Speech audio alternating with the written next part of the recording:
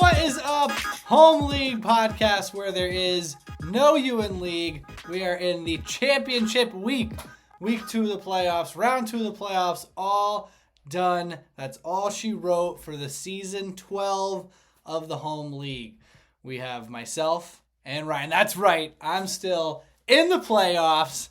Another championship added to my belt, but the season is not over. Let's bring up the rundown.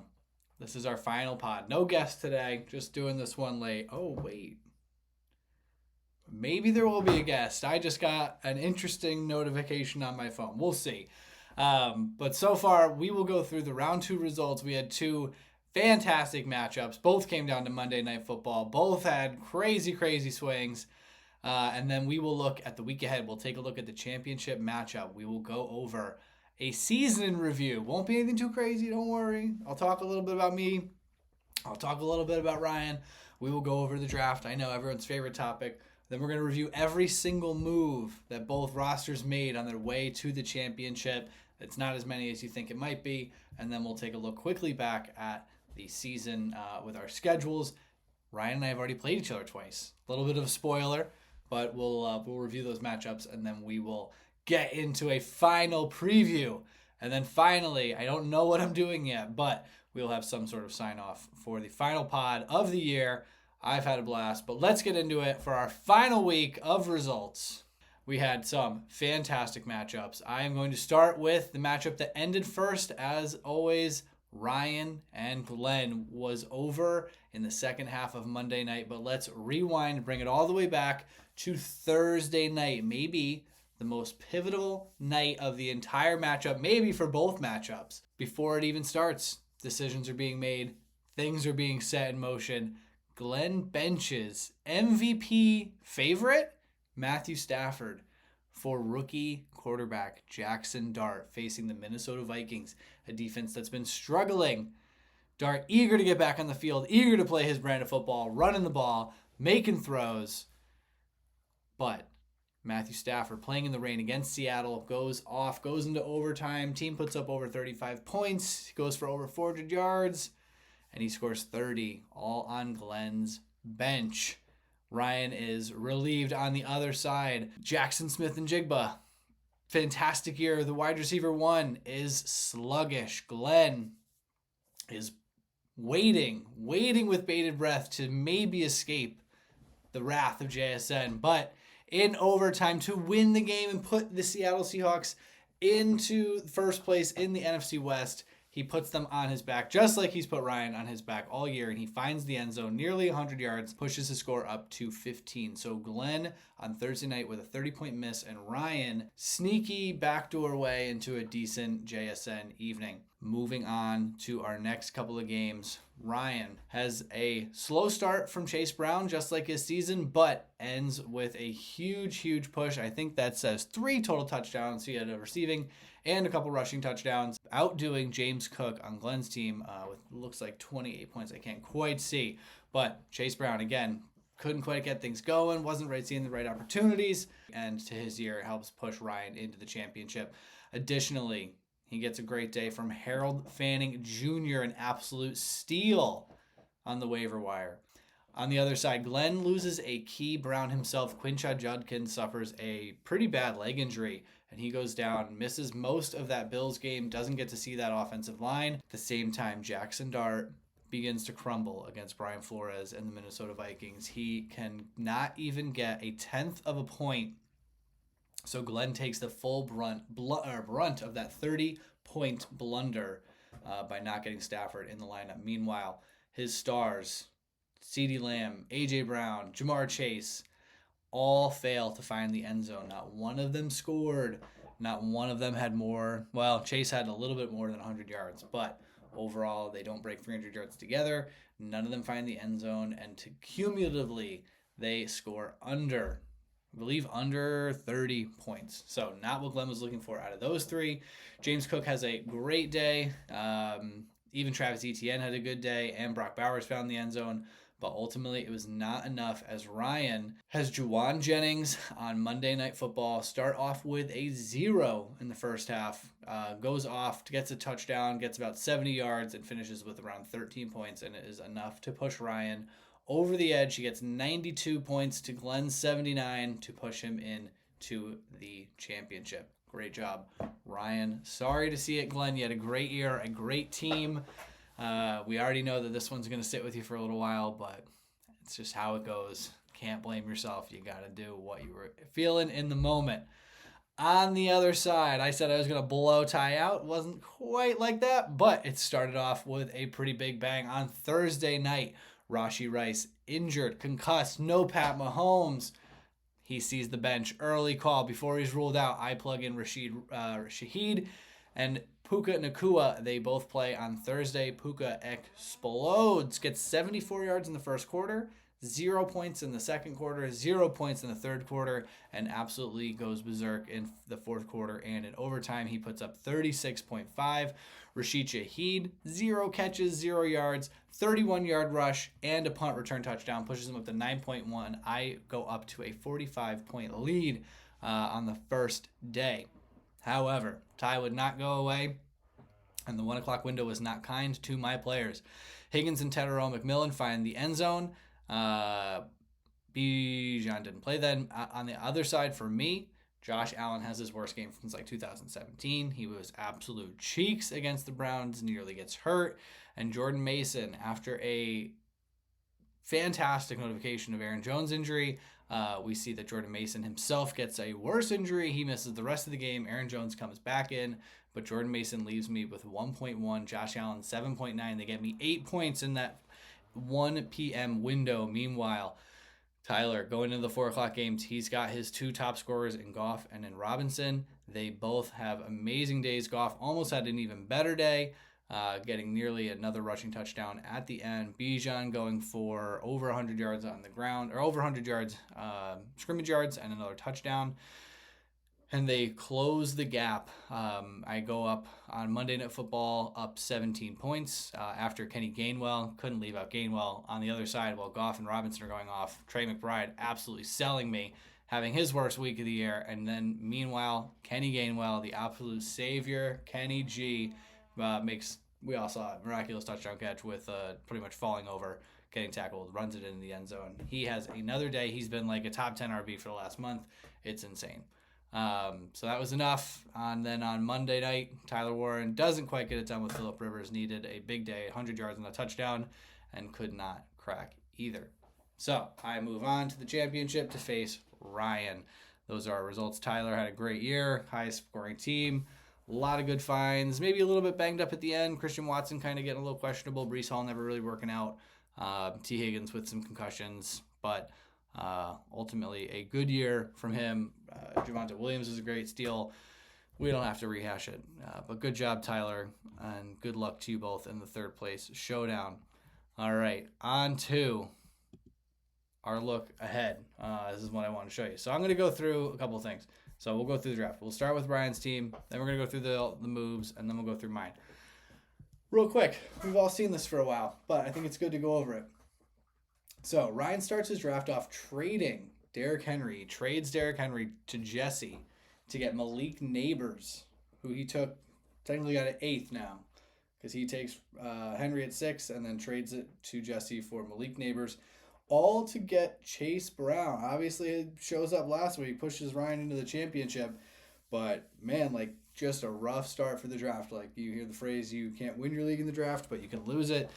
Those two things feel like moves that, would have lost you a lot of the leagues. But he has maybe the pick of the draft, gets the number 1 wide receiver in the 3rd round in JSN. And then Travion Henderson, another really kind of borderline catastrophic pick at the 4th round. But obviously he had some big weeks, some crucial performances. I think, obviously huge last week to get Ryan into round 2. But Ryan had to wait a while before, he really kind of took over, took a Ramondre Stevenson injury. So the 4th round, little rich for ultimately what he produced, even though he was, pretty critical down toward the final stretch. Then Garrett Wilson, again, started hot, but really, wasn't too much, was hurt. Now, end of the year, hurt, pretty catastrophic pick. Caleb Johnson, absolute dog water pick, so that's pretty crazy. Baker Mayfield, Tank Bigsby, he had a couple touchdowns, but dog water pick. And then Juwan Jennings, who obviously started, this week and just has a good year overall. I think he has like 8 touchdowns, they said last night. After that, not really a relevant pick. I know Justin Fields maybe played some games, got some points there, but not somebody long-term, not somebody that you really wanted to stick with. So really fascinating draft from Ryan. I think you guys will see he really does a good job on the waiver wire to kind of put together the team that he had. So Ryan's story is one, never give up. Doesn't matter. You can make a lot of mistakes. You get a couple things right, and that can be enough. So it's more about getting things really right than it is what you got wrong. All right, let's go look. Sorry, I'll have to edit this out. Right, so now we're going to take a look at all of Ryan's transactions. And like I said before, you can really start to kind of see his team that he has on his roster come together.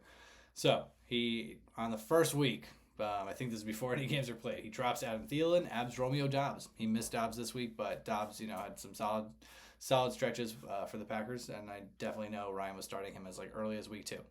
Harold Fanning showed up big, broke the Browns record for most receptions for a rookie, had a pretty good year at tight end, definitely scored a lot of touchdowns, and again, huge week last week. The next week, so he took this guy in the 3rd, this guy in the 10th. 1 week later, 8 days later, he adds Rico Dowdle for $0. Huge pickup. Had a huge run to get, I think, definitely got Ryan a couple of victories, but has been starting in the playoffs. So just a random guy that he picked up for $0.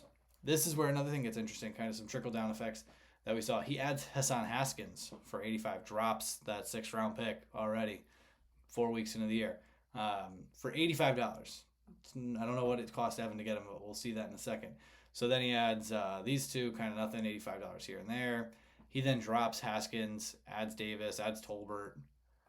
But as we know, Hampton gets hurt. Oh, and then the big one, he adds Rashid Shaheed for $359. Malik Neighbors gets hurt. So then Ryan is looking for people, and at the same time, Omari and Hampton gets hurt. Ryan spends $161 on Kamani Vidal. He had Haskins for $85. I believe Haskins went for most of Evan's money and was a big kind of disappointment for Evan. So if he doesn't drop Haskins, maybe he doesn't pick up Vidal. He keeps Haskins. Evan keeps his money. Maybe Evan gets Vidal. Crazy turn of events there. Couple weird, this is kind of where QB gets a little bit weird for Ryan. Things are going this way. Some, Malik Washington, this guy from the Titans. I'm not even going to try to say his name. And then we get to the trade. Quentin Johnston for Rashid Shaheed. Pretty much a nothing burger. Quentin Johnston definitely better. Should have kept him. But Rashid Shaheed for Quentin Johnston. And we'll kind of look at my side. So right away, you can see me and Ryan had a little bit of connection here. I think this is the only trade that either of us made. And pretty much, nothing burger trade. But we swapped some wide receivers. Maybe a little bit of touch of destiny there. So again, then he kind of messes around with dropping Kyler, dropping TJ, was another draft pick. Gets Schultz. Isaiah Davis kind of back. Devin Neal, good ad. He grabs Brenton Strange. Grabs Sam Darnold, good ad. Started him for points. Samaje Perine, don't know if he ever played Flournoy. Dropped Devin Neal. And that was pretty much it. So Ryan didn't make that many moves, but those 3 in the beginning, he grabs Fannin, he grabs Dowdle, and he grabs Dobbs. So right then and there, just 3 solid moves at the beginning of the year. Ends up kind of making his team a little bit stronger. And then obviously things from the draft kind of worked themselves out with Chase Brown and others finding their way. And he did a good job of streaming quarterback. So that was Ryan's year in a nutshell. Let's jump over. Take a look. I'll take a look at his schedule after this. Let's take a look. I'll edit this part out again. All right, back to my draft recap. So, had the 3rd pick overall. Went with Saquon Barkley. Pretty disastrous. Could have taken CMC. CMC had a way better year. But Saquon playing, some decent games. He had some decent games in some weeks that I needed it. Picked up some slack. He had 1 week where he went for 30, but he's been great in the playoffs. So, did it work out? Enough. And then Puka Nacua, number 2 wide receiver. He was not the number 2 wide receiver off the board. So, huge swing my way. Just kind of lucky that it broke that way. A lot of people stayed healthy. Josh Allen, number 2 QB off the board. Ty going. Jaden Daniels, I kind of get it, but looking back now, I can speak a little bit more openly that things are done. I don't get it at all. Thought that was crazy, but I don't know. Man, I guess he's fast, but yeah. So I take Josh Allen. That kind of works out. Josh QB was so good this year. So I felt like there was so many good QBs that could have taken it. So it kind of felt a bummer to take him, but ultimately, obviously, it worked out. Terry McLaurin kind of killed me. Terry McLaurin, really bad combo with Rashee Rice getting hurt. Trey McBride, huge. Don't know how you guys let Trey McBride go to the 5th. That was crazy. So that was cool to get him. And then Matthew Golden, that was my worst pick. That was bad. And that was really bad because that did not work out with Rashee Rice missing so much time and him just developing slow. Rashee, been good. He's been injured hurt lately and kind of sucked for a month, but we had some good times. And then obviously, funniest part of my draft, I get to some weird spots. Jordan Mason, whatever. Bashal Tootin, whatever. Jaden Blue, absolutely nothing. Woody Marks, the last one I took, probably did the most. And then Harris, Tesla, and then I took Tucker. I had Tucker. So we'll see about my moves, but that was what my draft ended up looking like. Yeah, a couple, of big whiffs, but definitely a couple of smash picks between Nakua and really Nakua was the best pick because again, if I had taken like May or someone else, that would have been way better. Stafford was free, but McBride, Puka, those were the big ones. They definitely helped probably the most. All right, let's jump over to what my moves looked like. All right, so here we are with my transactions. We'll just kind of go through these pretty quickly. Ryan had about 1.5 pages. I have 2.5 pages. So I do have more, but we'll go through them quickly. So funny. And again, me and Ryan had some connections here. I drop Sean Tucker and I add Rico Dowdle. That's right. I had Rico Dowdle on my fucking team after my whole shtick was really not taking a running back too. I then immediately drop him. This half an hour later? No, several hours later, about 11 and a half hours later. I drop him for this dude, who I then drop for Ray McLeod, who I then start, and he gets like 2 points. Still won that week. Big move to add Quentin Johnston. He has like 2-3 really good weeks. Okay, I didn't know this. So I dropped him, got Calvin Austin, meant nothing. I grabbed Kenny Gainwell for Woody Marks. So not a bad trade-off, ultimately. Wish I just had both of them and dropped Bashal Tootin, but you can't see the future. So let's go to this one. We'll scroll down. So then just a lot of weird positioning with Rashee Rice missing time. I was trying to find people. I don't know what I was adding Hunter Henry for. Rashad White was a big one. Brendan dropped Rashad White. And this was actually before Bucky got hurt. So I just kind of thought like he had 10 carries like the week that he got dropped. So I was like, all right, I'm grabbing that. That works for my team. So I spent some money on him. You can see I finally dropped Jaden Blue. Dropped him after Woody Marks. That wasn't smart. Cokehead, Shipley, Burden, spent some time. Don't remember even adding him. Torrey Horton, never played him. Could have. Josh Downs, got some good starts out of Josh Downs. Had Brock Purdy on the team. Who knows what I was doing. That was probably my bye week. And then another big one, Bam Knight. Bam Knight got some nice starts for me. Needed them at running back. And then the trade, again, didn't really do anything. Quentin Johnston definitely, I think, finished better. Probably was better in the beginning of the year. And I paid more. So ultimately a downgrade there. Jared Patterson, Dylan Sampson. He could be very relevant this week. Had him, dropped him. Same thing. Dropped Bam Knight. Picked Bam Knight back up. Matt Collins all over the place. Had Jordan Love on the team. Dropped him. Finally got rid of Matthew Golden, that wreck. And then kind of a lot of the same people. Isaac Tesla, I drafted him. Josh Downs, I had him before. Oh, no, it looks like I dropped him. Ray Davis, tried to cuck Glenn. Pierre Strong, tried to cuck Dan. So nothing really meaningful at this point. And then these are my last two. Finally got rid of Bashal. I was pretty manic last week, so that's that. So those are all my moves. We went over my draft. We'll quickly go over Ryan's schedule. So he starts 2-2 after the first 4 weeks, then 3-3 after the first 6, and then he goes 4-3, 4-4. So really just kind of hanging around 500. Couldn't really get anything going. Couldn't really get any back-to-back wins. He only won back-to-back twice. Got a couple of good scores in a row here, but a lot of duds, a lot of poop starts. But then right around week 9, he kind of he goes 4-1 over 5 weeks and then finishes the season on a kind of a meaningless L, but it works out. So Ryan has not gotten 3 wins in a row. Call that out. He's gotten good scores. He has a really good stretch here. Scoring around 90, if not over 90. But Ryan has not gotten 3 wins in a row all year. And yeah, so this will be, he's at his peak right now. He's playing really well, which I think makes sense with his players. And then looking at mine, kind of different. I start 3-0 and then drop 2, but still, not the worst scores. 98 here, 84 there. Then I go on a nice little win streak. Some of that, not really quality wins. Obviously, this week wasn't too crazy. So got a little win streak here, and then real rough patch went 1-3, 1-3 from weeks 10 to weeks 13, and then finally picked it back up. And the last few weeks, I have been having my best weeks of the season. You can say I only broke 100 twice, and it literally was 100. I didn't even break 101. So the last, these 2 weeks here were my best weeks, and then the last week, if Josh Allen just played a normal game, I probably would have been up around that same score again. So that's how my schedule has been going. Obviously, you can see me and Ryan played twice already. I don't know if people in the championship have ever played twice in the regular season. First week, let's take a look at that. Oh, I should have clicked new tab. Oh, well. Josh Allen does pretty good. Saquon farts in his pants. It was a Jordan Mason week. He goes absolutely crazy. Puka does okay. Terry McLaurin does good. I think he got like a long catch. Quentin probably caught like one catch for a touchdown. Trey McBride did okay. And then a classic rando Bashal touchdown. Could have played Kenny.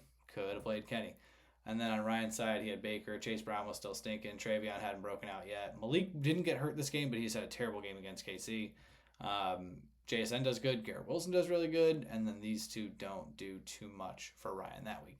However, once we get into the next week, or the next time we face, which was week 12, kind of goes the other way, and Ryan kicks my ass. Sam Darnold does fine. Chase Brown does fine. Travion, so, this is a big flip. These guys do good. JSN does the same thing. Juwan and Romeo Dobbs are kind of the new guys. Dowdle has a big week. And then Dalton Schultz. So, let's see. Did Fannin do anything? Is Fannin even on the team right now? Yeah, he does nothing that week. So, no Garrett Wilson, but he's got Dowdle at this point, and his running backs are starting to kind of come alive. Meanwhile, on my side, Saquon Barkley sells me again. I try to go back to the Fountain of Bashal. It does not work. Rashi's on the roster at this point. He has a great week. But Rashid Shaheed absolutely roasts me. I can't believe I played Rashid against Ryan. Trey McBride does okay, and Bam Knight does okay. Kenny G should have played him. Should have played Kenny. Wouldn't have made a difference, but always play Kenny. So I beat Ryan the first time. Ryan beats me the second time, and now let's get into what this week looks like. All right. So Ryan right now, as of right now, has Baker Mayfield in against Miami. I didn't think about that. That sucks. That's a good sign. I've got Josh Allen against the Eagles. He's dealing with a little bit of right foot soreness. We'll see. He claims that he's fine. Hopefully he gets whatever they gave Jalen Hurts in that one game that he was Jalen Perk. Chase Brown go against Arizona. That's pretty good. That's a pretty good matchup. Saquon gets Buffalo. I think that's a pretty good matchup for their run D. So we'll see how that goes. He's got Dowdle against Seattle. Whatever. I think Dowdle actually could run well against Seattle because he's physical, but, I'm happy with that. It's not a great matchup for any offensive player. JSN gets Carolina. Could go either way. JSN's pretty much been unstoppable, but big Puka Nacua against Atlanta all the way on Monday night, so we're going to be waiting for Puka, but, that could be it's the wide receiver 2 versus the wide receiver 1, so it's going to be a big, big matchup. Then we've got Juwan Jennings in Chicago, or actually at home against Chicago. And then I've got Terry McLaurin, who knows who's playing quarterback for the Commanders this week. Could get a little bit dicey. And then on wide receiver 3, looks like Dobbs, after a big week last week, is getting the go. Don't know who's playing quarterback for the Packers either. That should be interesting. I think Jordan Love is still in concussion protocol, and Malik Willis, I think, was hurt. So then we've got Fannin versus McBride. Cincinnati for McBride. Pittsburgh is for Fanning. And then on the flex side, Kenny Gainwell going up against the Cleveland Browns. And then Travion Henderson. If he plays, he is also in concussion protocol. On my side, you'll also notice that I'm missing a wide receiver 3. I do have Rashee Rice, but he is still in concussion protocol. He would have to clear all 5 stages in like a day. They're playing on Thursday. He's also playing against Denver. So let's tell everybody right now, Rashee Rice ain't playing for me in the championship. It's a bummer. Brought him back after he got hurt for me last year, and we just seem to not be able to go all the way. So hopefully he can stick around on the roster. We can get him a ring. But man, what a wasted career this guy's having for me. So we'll see. We'll see who ends up in those spots. We've got some claims going through this evening.